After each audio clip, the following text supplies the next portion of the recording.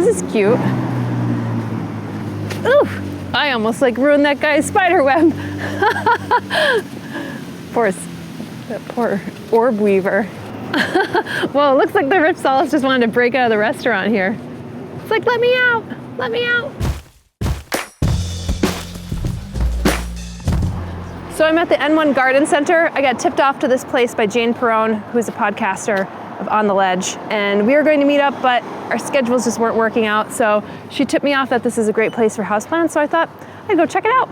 By the way, if you hear me sniffling, it's because I'm managing with a head cold after this book tour in Netherlands and London, and you can see already that gray skies here, cold and damp, doesn't do well for one's health here. We're in a mess at the back, but That's okay. But I'm sure you can work around that. Great. Any questions, let me know. Yeah, I'll do that. So I just met Paul. He's part of the garden center here, and I just wanted to let him know that we're filming, and we're just gonna see a little bit more of the plants that they have here. So come on in. There's lots of things that I already see that we don't have in the United States, and this one's called philodendron worsenwiskii. First time I've even seen it. I'm assuming that this is probably a brighter color because this kind of color can't usually find that in the wild. The philodendron worsenwiskii also that I know are much more they're much more feathery and serrated, so maybe when they get a little bit larger they'll get a little bit more serrated. This is something that I just covered on 365 Days of Plants. This is a larger epiphyllum oxypetalum. This is a queen of the night cactus. So these bloom at night. These are some of the newer phylloclades that come in. These are stems that actually look like leaves, and they serve the function of leaves. And I can't get over, we don't have a lot of growers in the United States that grow out really large Ripsalis, but this is a giant Ripsalis paradoxa. Very meaty one. I've seen these in the Netherlands as well, and I think that the UK benefits from being really close to the Netherlands because they get a lot of those growers that don't normally ship over to the United States. Ripsalis bassifera, I believe this is, another meaty one. Davalias, these are rabbit's foot ferns. This one looks a little but they're actually pretty resilient ferns. For someone who wants a more resilient fern in their house, I would say that these rabbit's foot ferns are actually pretty good because they don't need a tremendous amount of humidity like some other ferns do. Aspleniums are also very good. Those are the bird's nest ferns. Metanillas, I mean, look at these metanillas. They're about to bloom. Really huge. This looks like a larger Peperomia incana. They're selling them as Peperomia hovarias.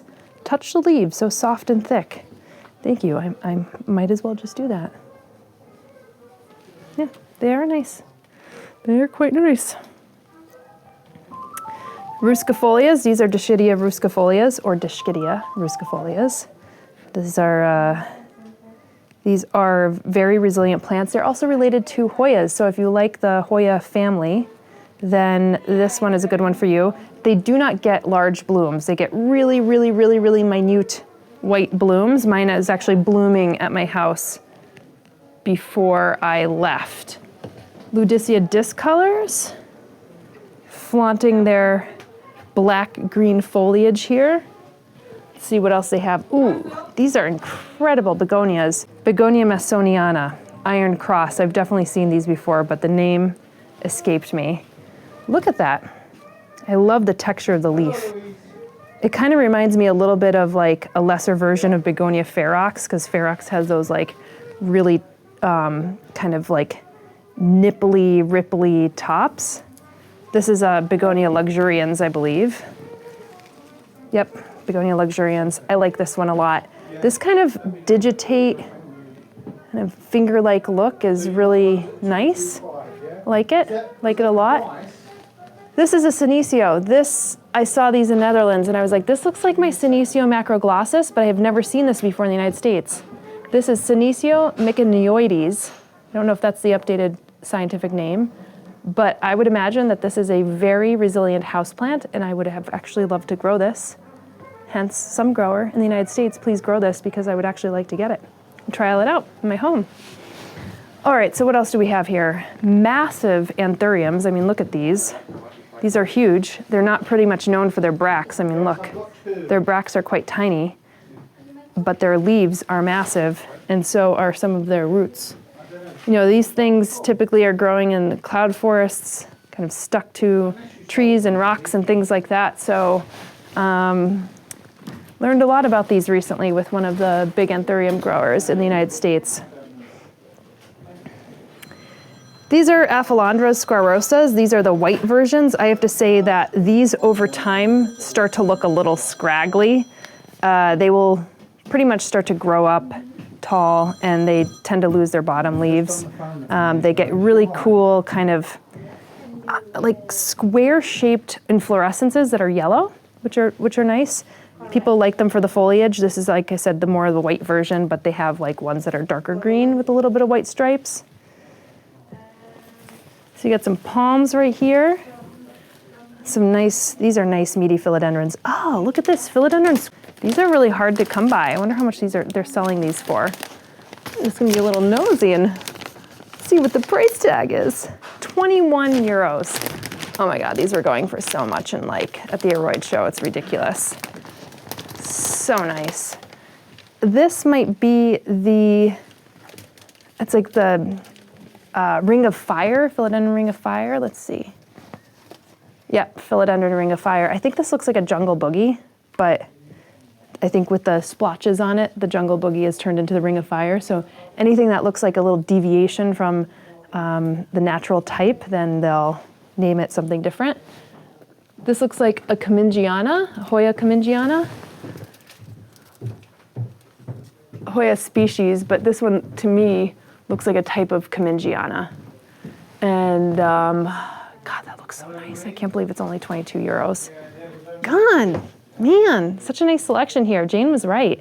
This looks like a begonia beefsteak.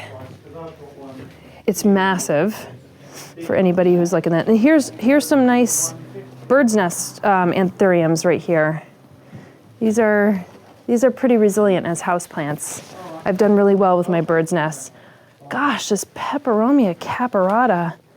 This is called Peperomia Quito, probably because it's named after the capital of Ecuador. Wow, look at that color though. It is fabulous. I mean, look, matches my jacket. How spot on is that to my jacket? Even the metallic sheen. Boy, oh boy. Some Aglaonemas. You know, we saw a lot of those Thai cultivars in Thailand at the Chatuchak market. And then this is a Schefflera. These are the Schefflera actinophillas, but they have a different cultivar name because they're light green. Ama Soleil.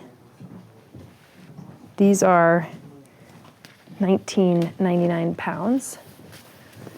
Some more anthuriums. Here are the aspleniums. These are the bird's nest ferns that are also pretty resilient in the home, whereas these adiantums are a little bit more challenging. This is Peruvianums. And the breadfruit. I've never tried the breadfruit in my home, so I can't tell you how that one would grow. Maybe somebody who has grown it would be able to say. This is a beautiful Signonium. Signonium macrophyllum frosted heart. Now, I haven't seen macrophyllum actually in the United States, although I've seen some cuttings here and there, but no growers actually growing it. Totally, this would be on my list of ones that I would want to grow. I like Signoniums. See these dark bracts? Look how different they are to these green ones. You got some dark ones, you got some green ones. I really like the dark ones. I mean, anything kind of like, I don't know, I've been feeling like kind of goth lately, because even in my community garden, I've been like picking heucheras with like dark leaves, and then lilies with like dark petals. Anyway, that's pretty cool. You know, I was about to go over here, but there's a few more over here that I completely looked over because they're hanging up above me. This is something that I know of as Cissus amazonica, although this one looks like they're saying Parthenocissus amazonica, so maybe it's changed. Maybe I'm not up to date on the scientific name. These are great. These are like little ivies. I think they're native to Asia. I have not grown this kind in my house, but I imagine it needs a little bit more humidity. These are Epiphyllum angliglers. This is another type of jungle cactus. And then you have kind of like this little monstrose version of an epiphyllum there. And then this is kind of cool. This is a date palm. I never see this in the United States. It almost looks like a cycad. Yeah, cool. That's really neat.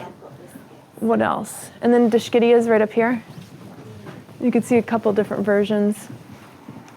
This might be a larger version of an Ionantha, but that one looks like something that they call Dischidia geri, G-E-R-I, but I don't know if that is correct or not. Clusia rosea. This I got a cutting of, and it actually didn't root, but these are supposedly great houseplants. You probably will look at them and say, geez, that looks like a little bit like a Peperomia obtusifolia crossed with maybe like a Ficus elastica. You'd be right. They kind of are very similar to both of those, but this gets into a large tree. You could actually get these quite large. So this would compete with, I would say, like a Ficus lyrata or Ficus elastica if you wanted to grow one of those in your house. This one's a great example of a Thaumatophyllum sprucianum, but it's labeled as Philodendron goldii. That was the old scientific name. This has now been put into a whole new genus called Thaumatophyllum. So a lot of Thaumatophyllums don't climb. Like a lot of times philodendrons will go in the forest and they'll find a tree and they'll start to clamber up and their leaf shape will change. Thaumatophyllums are more like this, for example. They just kind of form this kind of basket shape and they don't tend to climb. They just kind of stay in this kind of basket shape. So this one is probably labeled as a philodendron xanthal, but it's probably a philodendron, or a Thaumatophyllum xanadu. So these are great. I just picked up one of these little ferns in Portland. I can't remember the name off the top of my head, but when they dry out, they get kind of like this white look, and then you just put more water in them again and they start to get green fronds again. Ooh, this is what kind of Hoya is this? But it smells. Doesn't smell anything like, nothing that really stays with you. This almost looks like a broader Stephanotis vine, kind of like a Hawaiian wedding vine, but obviously the flowers are all Hoya. Got some begonias over here, some really interesting ones. Here you go. I think that these are the trailing begonias, maybe Thelmae. This one just says Hoya species. And again, this may or may not be a Commingiana. I mean, that's what it looks like to me by my eye. But one of my viewers had mentioned that they had some kind of Commingiana hybrid, and I wouldn't put it past somebody hybridizing these, and maybe you get some kind of different cultivar. This one's interesting. It looks like a Epiprenum. Yep, Epiprenum pinnatum Cibo blue. This one's a little bit of a darker color than my Cibo blues that I know. If you give this like a sphagnum pole to grow up on, it'll start to develop those fenestrations or those holes in their leaves. Oh, and look at this. This Ceropegia linearis, subspecies woodii. And it's in bloom right now. Look at those blooms. These are also in the Hoya family. Very neat. This is a Saxifraga stolonifera, and these are strawberry begonia, they're called. They're not a begonia. This one's called tricolor. It's a cultivar. This one says Monstera carstenianum, but that is an improper name. It's just Monstera spa Peru. Let's see this. This looks like another type of Hoya, although I'm not sure what kind. I don't think it's listed. Very nice looking one. And this is a Hoya retusa right here, grass-leaved Hoya. These are native to the Himalayas, so they require a little bit of a cold period. And then this one looks like a Hoya, this one says Hoya longifolia, although kind of looks like a Kentiana to me. But it has these like really red edging on the leaves, really sharp. I'll have to look that one up because I'm not quite sure. I mean, you gotta love peps. Peperomia metallica. I think this is a variation on Columbiana, but let me see if they list it. Nope, it's one of those growers that just doesn't list any of the names of the plants. Maybe that's for the better. This looks like a different type of peperomia for me. It's not a obtusifolia. This one says it's a Langorius. That's a first one for me. I don't know that. I'll have to look that one up too. Look, every time you come to a garden center, you learn something a little bit new. I would be remiss if I didn't highlight some of these aroids over here. So this is Clarinervium. Here's another anthurium back here. And then another, oh, this is a great one. See this one? This is a thaumatophyllum. You see how they're growing these like really woody stems on the bottom. This is where the leaves kind of drop off and they're getting these very thick aerial roots.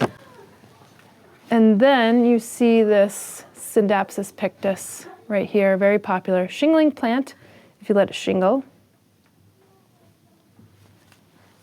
Castanospermum. These haven't really, I mean, I see them in the US, but I think people like them because I think they sell them as like Jack and the Beanstalk plants, but I haven't seen them like really pick up in the States. Mingeralias. I have to tell you, I had one of these and I unfortunately killed it. I had it, I think, in too less of light on my house. Look at this Dieffenbachia. This is huge. Those leaves are massive. This is a new asparagus for me. Look at, this one says Asparagus metalloides. I'd have to look that one up. Really nice. It has this kind of like a really thin Tradescantia kind of look. It looks like a Tradescantia mixed with an asparagus fern. It's a new one. Some more Clusia down here. This one's like slightly variegated, you could see.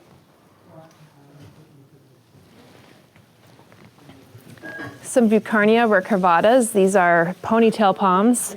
And you could see that giant caudix on the bottom over here. Okay, I know a lot of folks actually love Sansevieria, formerly known as Sansevieria. The plant's formerly known as Sansevieria, now called Dracaena. But they have a really wonderful selection right here that you could see. I think some Whitneys, some Pinguiculas, some bats, some Masonianas. Here, I think these are called Whitneys. Those are nice. This one, ooh, look at this one. Let's see which one they call this. Let me pull it out. Sansevieria trifasciata, so it's a Dracaena trifasciata. Silver flame. That's pretty. Just along the edges right there. I know some people appreciate that. Okay, these are the more spreading style Dracaenas that you could see. This kind of goes out as opposed to up. Sometimes when we think of the trifasciatas, they're the ones that kind of fit really well in the corner. These would kind of get in your way because they're a little bit more rosette shape. Oh, I have to fight over here to put this back. These are great, these little euphorbias. I don't often see them. Euphorbia stenocladas. I don't know if these actually get any leaves on them or not. Quite ominous looking. Very cool. These are Dracaenas as well. They don't really look like it. Probably some kind of variation of Gold Cephianas. Let me see if they have a cultivar name. Yeah, Dracaena sucrulosa, which is the new updated. This is the actual updated scientific name. So this is Dracaena sucrulosa, and it's called, the cultivar's name is Mike. Probably the guy who actually discovered it. Awesome. They have a nice little cacti collection over here. These lithops are looking pretty meaty too. Woohoo! Look at those. Some Gasteria. What would the world be if they didn't have Pilea peperomioides right there? A little pancake plant. And hiding in this darker little corner over here, Monstera adansonii. These are some pretty meaty leaves. Typically the ones that I see in the States are smaller, but the growers are probably like ferociously trying to get the plants out the door. All right, so Monster deliciosa. This is a really nice, thick, healthy looking one. Some more euphorbias over here. These are called pencil stick cacti, even though they're not cacti, or fire stick sometimes they're called, because when you give them a lot of light, they go very, very, very red. Here's some more of the, this is the hoyas, this related to the hoyas, the Ceropegia woody eyes. But these are, I think the updated name is Ceropegia linearis, subspecies woody eye. So that is nice to see. And these are the, ooh, this one's ready to get out of there. These are the sweetheart hoyas that are variegated. And it looks like they have the pachyteras here, which look like they've been given some really good light in the wherever the growers are growing them, because they have this kind of reddening of the phylloclades. I love myself some Rhipsalis. That's kind of like the thing that I like to grow right now. Ooh, this Schlumbergera right here is actually flowering. I think this is a Thanksgiving cactus. This one. I think due to the leaf shape, that'd be my guess. And then, oh, this is a Buddha's temple. Let me get it out. Okay, you ready? Look at this, Buddha's temple. That's a type of crassula, but it's not a species. They've kind of crossed it with a couple different species and created this little hybrid. This also looks like a stapeliad. I don't know what kind. I'm not really great at identifying my stapeliads if they're not flowering. And a lot of them happen to be hybridized, so you sometimes can never tell. Oh, what else do we have here? Well, you have some more epiphyllums. You have more crassulas. This is a crassula up here. Epiphyllums, a nice Rhipsalis. Rhipsalis floccosa. I don't know that one. I'd have to kind of look that name up. And we have some more Ceropegias. Look at their little flowers right here. This is a chunky Euphorbia. Euphorbia ellenbeckii, it says. It's a new one to me. And some monstrose cacti right here. That's like the crested monstrose forms. So they got some kind of weird myrtillo cactus, usually this is, but no, this one's called Pacanoia cristate. Cristate means that it's cristate. This is another type of Rhipsalis, Pentoptera. Oh yes, that's right. You could feel it right here, Pentoptera. You could feel how the phylloclades are, are angled here. Lepismiums, another type of jungle cactus. And you got a nice little collection of pots. Yeah, this place has got it going on. And who doesn't want a little fish? I'd totally get this for my bed. And for those who feel like they really do have a black thumb and every plant that they've brought into their life they killed, you could go with these really compelling fake plastic plants. Not on my channel. Although I have to admit, in some of my darkest corners of my house, I do have plastic plants. Little known secret. Oh, got another little fish. Look at these. These are kind of cute. Oh, if I lived here, I'd probably get one for my couch or something. Kippy would probably pick on it all day. These are really neat. These are larger ones. The ones that I have at my house are small but sprawling. Euphorbia platycladas. These are called dead man's fingers. I think when I bring these out on like 365, people are like, what is that? And some people are like, oh, that's really cool. But yeah, they're not real lookers, but they're interesting, but they're not real lookers. These have just got moved into a new genus. They used to be known as homocaladiums. This one says Euphorbia xylophyloides. Oh wait, no, I thought this was a homocaladium. I thought this was a tapeworm plant. But this is, yeah, a Euphorbia, so my bad. Hoya carrii again, those are the sweetheart Hoyas. This one's not variegated. These are Euphorbia obesas. Now I highlighted this and I thought I had a Euphorbia obesa, but I think I have a Euphorbia obesa crossed with something else because it was like, doesn't look like this. My Euphorbia obesa like is brown, it gets a little woody, but these are ones that are called I think they're called baseball cacti, but they eventually do start to grow up and out. They don't stay like this. some really interesting ones here. This is, oh, this one's so cool. They're just starting to sell these in the United States. This is a Peperomia columella. You could see that these have these little windows.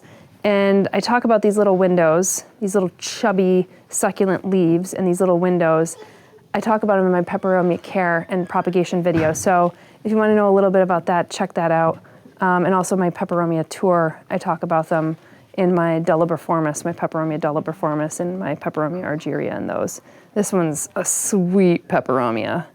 Damn, I can't believe I can't take this home. Shucks.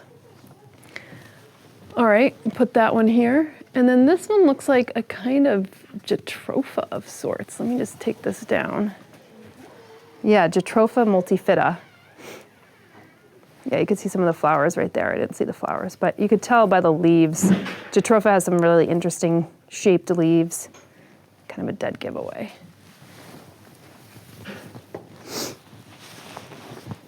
Sorry, I'm like sniffling, wiping my hands. Here's another Jatropha. See the little caudex? This looks like that it has some this kind of sticky sap right here. I wonder if this has a relationship with ants, because sometimes when you see that kind of sticky goo, sometimes that's what the ants like to, you know, gravitate towards. This is a really cool euphorbia right here, Decarii. I saw a lot of these in Thailand. I also have a couple Decarii at home. This one's a cool ficus. I don't see these a lot in the United States. Petiolaris. I don't know how it is growing indoors. I actually can't comment on it because I haven't been growing it, but maybe by the time this video launches, I will be growing it indoors, who knows? So this looks like the prayer plant section right here, and I hate to tell all of you guys, but they are no longer called Calatheas. I'm so sorry. They're all Japortias, so we got to get used to that one way or another. This used to be called Calathea mosaica. So you can see Calathea mosaica, network Calathea. However, it is now like Japortia kingicalia network. So it still has network in the name, but it's now Japortia and it has a new genus and species. And then this is Japortia macoyana. See, it used to be called Calathea macoyana. I do have to tell you though, I saw this one flower, and I could be wrong, but it looked more like a Maranta flower to me. So I don't know. I mean, taxonomists may know better than I. And maybe I saw the wrong kind of flower. This one is called Calathea fredi, but I think it's like a type of Calathea bella. And then this one is called Calathea. This one's called pinstripe here, but the ones that I see in the US that look like this are called beauty star. So again, your guess is as good as mine. Let's see what else they have some over here. These are nice, little aspidistras, aglaonemas. I get what they're doing here. They're saying that this section is for low light plants. I'm getting this. This kind of like, this is Sparmania africana. I've never seen this before. It kind of looks like a begonia leaf to me, but if it's kind of partnered with all these guys over here, then I'm assuming that this may also be a low light plant. I don't know. Okay, I'm kind of like coming up through the plants here. What else do we have? Oh, here's some Maranta. Here you got some Maranta leucanora. This looks like a type of Sigonium. Excuse my reach, Maranta. What is this? I don't even know. It's not listed. It kind of looks like it has a aglaonema style stem and petiole, but it looks like it has a bit more of a cool syndapsis shape. If anybody knows what that is, tell me in the comments because I am stumped. These are metallic palms. They grow in the understories of forests. Actually also very good at low light plants. These are alocasias. I usually steer clear of some alocasias. This is a zebrina. Sometimes they have tigrinas. Depends on the kind of coloration on the stems. I haven't actually tried growing these, so someone else could comment if they're having a good time with theirs. What are these? I don't recognize these.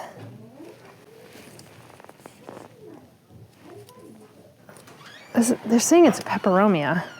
Peperomia leodensis. I mean, if this is a Peperomia, that really... I mean, it's not flowering. I would have never guessed that this, I would have maybe somewhat guessed this could be a peperomia, but it's got a fuzzy leaf, easily broken. I could feel that it's like an easily broken leaf. Wouldn't typically think that this is a peperomia, but I'm gonna have to look that one up. Pretty cool. This is a nice little ant plant. I could tell this is an ant plant. Hydnophytum. Nice. I have one of those kind of mausoleanum. That's the species name of mine, and I have it stuck on a sphagnum. Pachyphytum, some more Ripsalis down here. Okay, this is like just an endless little selection. Paul said he barely had any plants here. My God, he has like a better selection than most of the garden centers in the United States. So if this is like not a lot, then, you know, he's doing pretty well for himself. Here's a Signonium erythrophyllum. These are nice. See the really dark red undersides? Look, I'm like matching my coat everywhere to these undersides of these plants. It's kind of, thank you, Timberland, for this nice coat that matches a lot of the plants, the underside of plants. Yeah, Signonium erythrophyllum, or erythrophyllum, depending on how you want to pronounce it. Ooh, this is great. Vitarifoliums. These are Anthurium vitarifoliums. This is a plant that hangs off of trees, so it's epiphytic, and doesn't need a tremendous amount of water. Anyway, great plant. Procris repens used to be called Pellionia repens, and now it's in the genus Procris. That's another one that nobody's crying over spilled milk on that one because not many people are Pellionia lovers, but I have to tell you that this is a very, very easy plant to grow, and it sprawls like crazy. Grows in a lot of ranges of conditions. I found that it actually grows really well in my green wall, my vertical garden, which can be sometimes a little bit challenging to grow plants. Gosh, here's some more of that Paradoxa. Holy crap, these are nice and large. I'm having Ripsalis envy here. Newall symmetra, Sarcophila. This is one that I was introduced to in Thailand. I quickly forgot about it. I found it again online. I was reunited with it, and I was like, oh, that'd be kind of interesting to grow as a houseplant. And funny enough, as I was like editing the Thailand videos, I said the same thing. I was like, look at that. That would be an interesting houseplant. So I'm glad to see that like my instincts are the same, even though I had forgotten I had said that. But I have to tell you, this is a great houseplant because I'm growing it now. Newall symmetra Sarcophila.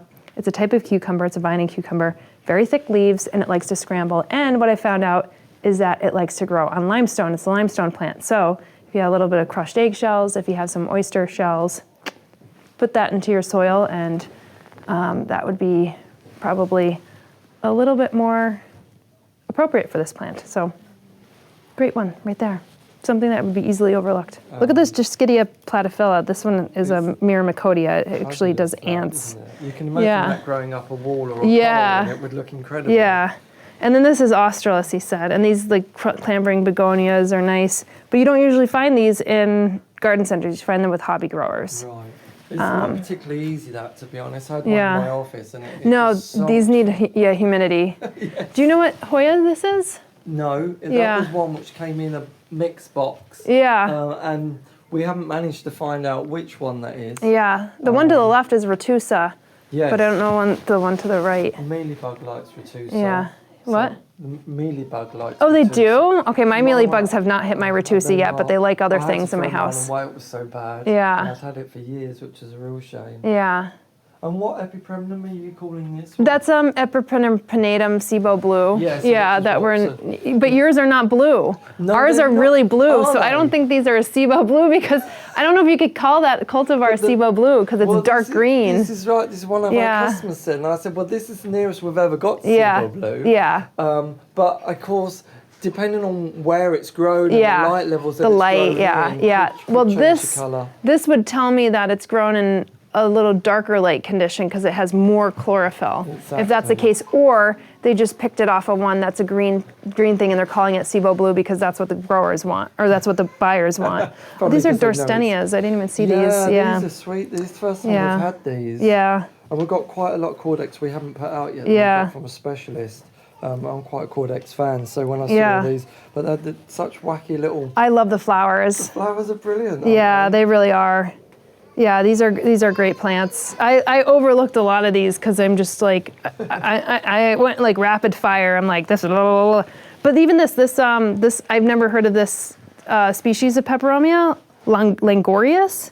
It looks like an obtusifolia, sort of. It's similar, doesn't it? But we don't have that available in the States. Right. But I mean, we might, but I don't know where. I haven't seen it out. Yeah. And sometimes the names, with the peperomias particularly, again, it's like they give them hobby names. They give them names that they know will appeal to the public. And this is new. This is called Happy Leaf. Yeah. This looks like, but see, they have it as an Epiprenum pinnatum. But this, I would think, would be like an Epiprenum aureum. Yeah. And then, because there's one called Manjula and another one called Enjoy, but that looks similar. Enjoy we have. But they're smaller leaves and it's not so white. White, yeah. And we have one called Marble Queen. Yeah, which is more speckled. That's yeah. right, which has been around forever. Yeah, Marble Queen, but that one's that one looks new, but I haven't. I would not think that's a pinnatum, though. I think that would be. You know, I just from eyeing it, right? Yeah. But sometimes I think like growers will say something just to, especially if it's theirs. Well, when I'm so then if it's not patented. I try and check everything. Yeah. If I don't know it, if it's new, because they just make up names. I mean, you wouldn't believe the things that come in sometimes under different names. Man. This has come in several times under 3 different names. Really? The Aphelandras? Yeah. So, because it's a new variety for the Netherlands. That we actually have. Do you? Yeah. And what do you call it? Aphelandra squarosa, but I can't remember the name of the cultivar. Okay. But I recognize it's been called it. Snow White, and I think this time it's called Whitewash. Okay. So. Well, that's the thing. Like, if it's just a little bit squatter or fatter or whiter or this, then they'll just go and say this is a new cultivar and they'll patent it. So I think it could be a different one, and they just name it. Some people also don't like the name of the cultivar, so they'll change it. They'll be like, I don't like this one. It's named Bob. I'm going to change it. That goes on fine. And do you have the biophytums? We don't have the biophytums. The ones that we have are usually Mimosa puticas. I have to buy the biophytums either as seeds or I have to get them from a specialty grower. Right. Yeah. Because it grows easily from a seed, doesn't it? Yeah, I mean, I think it's the only way that it's easy to grow. Both Mimosa puticas and Biophytum sensitivums are seed grown primarily. And have you seen it bigger than that? Because it does it's a bit of a scruffy shrub, isn't it? Yeah. A sub-shrub, I should say. Yeah. I've got one in terrarium in the office, and it kind of sent out loads of seeds that stuck to the glass Yeah. and started to germinate. Yeah. No, it's cute. It looks like a little palm tree. It's a great terrarium plant, Yeah, isn't it? I only grow mine under glass, so. Okay. And then the date palm you have back there, like I've never seen that. That's great. Really? Yeah. Oh. And this is a little impatiens, or which one is this? No, this is a pep. Is it a pep? Yes, oh, it's a little pep. Yeah, peperomia. Oh my gosh. They called it rotundifolia, which is that could make sense. Yeah, I've never seen that one either. See, there's so many I didn't even cover after the end of this. Many. I just saw these in Portland. I haven't seen them make them out to New York. Small or bigger? A little bit bigger, 4-inch pots. Because these are quite difficult. We're finding them quite challenging.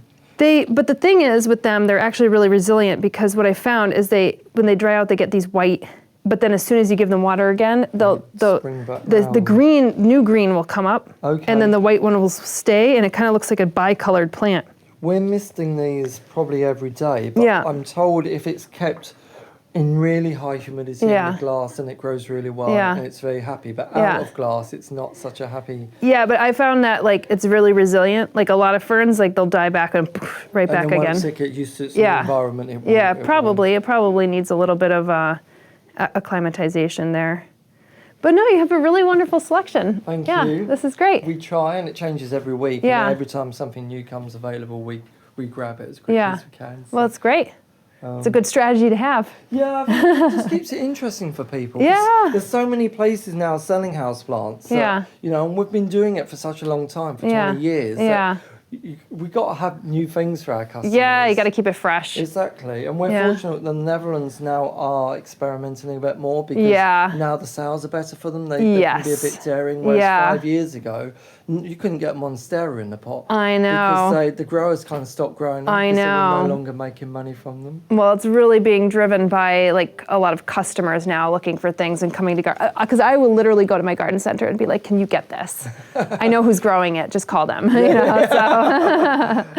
So yeah. And where are you based? In New York. Oh, in the city. York. Yeah. Right. Fantastic. Yeah. I love New York. Yeah, I do too. I miss it because it's always blue skies compared to this.